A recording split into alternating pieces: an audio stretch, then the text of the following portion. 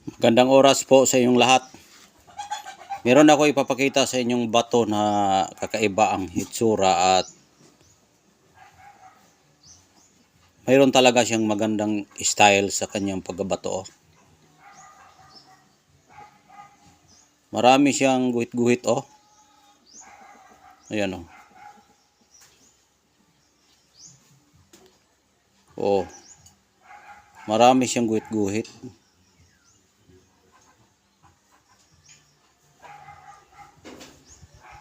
Itong bato ito, nakuha ko ito sa puno ng malaking kahoy. Ang kahoy, sa pangalan ng kahoy, yung mahogany. Mahogany ang pangalan sa kahoy na pinagdikitan sa batong ito. Nakuha ko ito sa ugat mismo ng mahogany. Ito po yung parang kung nakikita ninyo yan, dito po yun ang ugat ng mahogany na nakadikit dyan. Tapos nakita ko dito, yan, ganyan na ang itsura. Tapos pagkuha ko, ito po ang itsura sa bato. Sa malaking puno ng mahogany ito nakukuha. Dumikit siya dito sa ugat ng mahogany, ganon. Ganon siya, ganon. Dumikit siya. Tapos pagkuha ko, ayan po ang aking nakikita na bato. Kakaibang bato talaga siya dahil nga mayroon siyang sign na pagguhit-guhit oh. Yan oh. Maraming guhit-guhit siya. Kung iganon mo, may gabay din siya oh. Kita mo yung mata. Yan, mata. Yung ilong dalawa, ito yung bibig niya oh. Oh. Parang tao no, na nakatirong.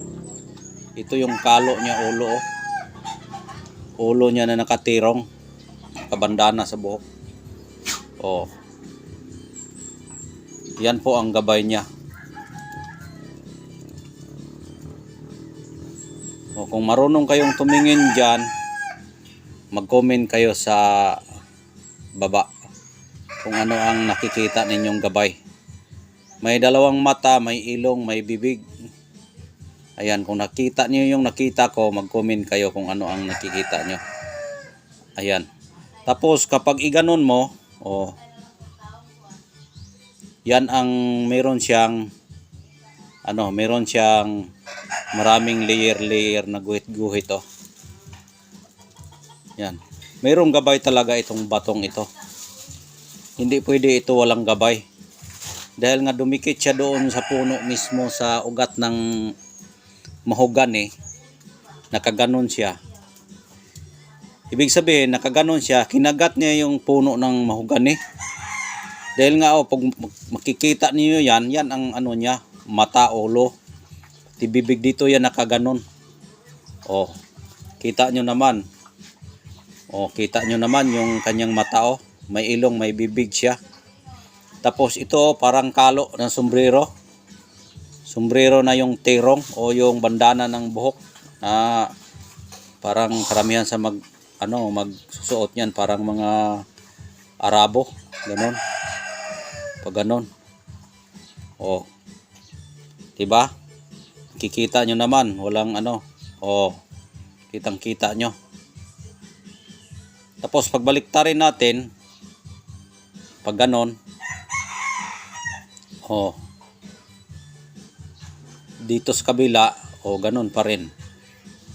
Kapag dito rin, matulis siya dito, tapos ang nakapurma niya, pag ganon oh, tulis.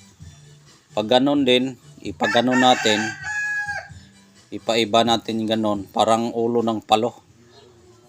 Ito, mata din, ilong dito oh. Ito yung iyang panga, yung panga. O pag ganon din, hindi ko na makita. Dito lang talaga ang klarong-klaro sa kanyang pagkabasa oh. May mata, may ilong, may bibig talaga siya. Oh, yan oh. Kita nyo naman yung mata. Ayan. Comment kayo sa baba kung ano ang nakikita nyo. Para malaman natin kung ano ito. Dahil nga itong mutya na ito, dahil mutya talaga ito. Dahil sa aking nakikita, doon ito nakikita ko sa ugat ng mahogani. Yung malaking mahogani. Nakadikit siya doon. Ang tanong, bakit siya dumikit pag ganon? Bakit siya paghila ko ganon na dala pa yung balat ng mahogani? Tapos, kung wala siyang birtud o kapangyarihan, ang tanong ko sa kanya, ang question ko sa kanya, bakit ganito ang hitsura sa kanyang pagkabato? At bakit merong mukha dyan? O bakit may mukha dyan? Tapos nakadikit pa yan dyan siya na walang taong dumikit doon mismo sa ugat ng mahogani. Pagkuha ko dyan, paghila ko, nahila pa yung balat ng mahogani. At nilinisan ko, yan po ang hitsura. May mata na dalawang mata, may ilong na hindi matangos, bibig. Maaring pango o yung babalo ang bibig. Pag iganon, babalo. Pag iganon, red for white. O anong pwede nating sabihin dito. Basta mayroon siyang muka, gabay.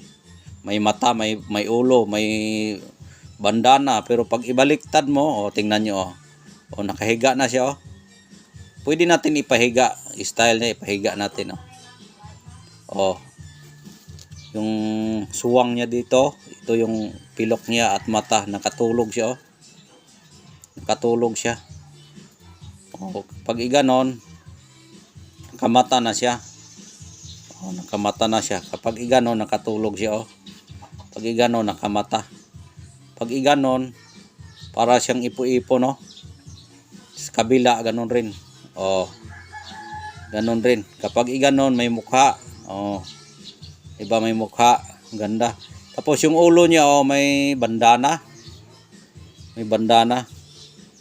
O, may ulo. Maganda ito sa ulo. Kapag dala mo ito, pwede mo ito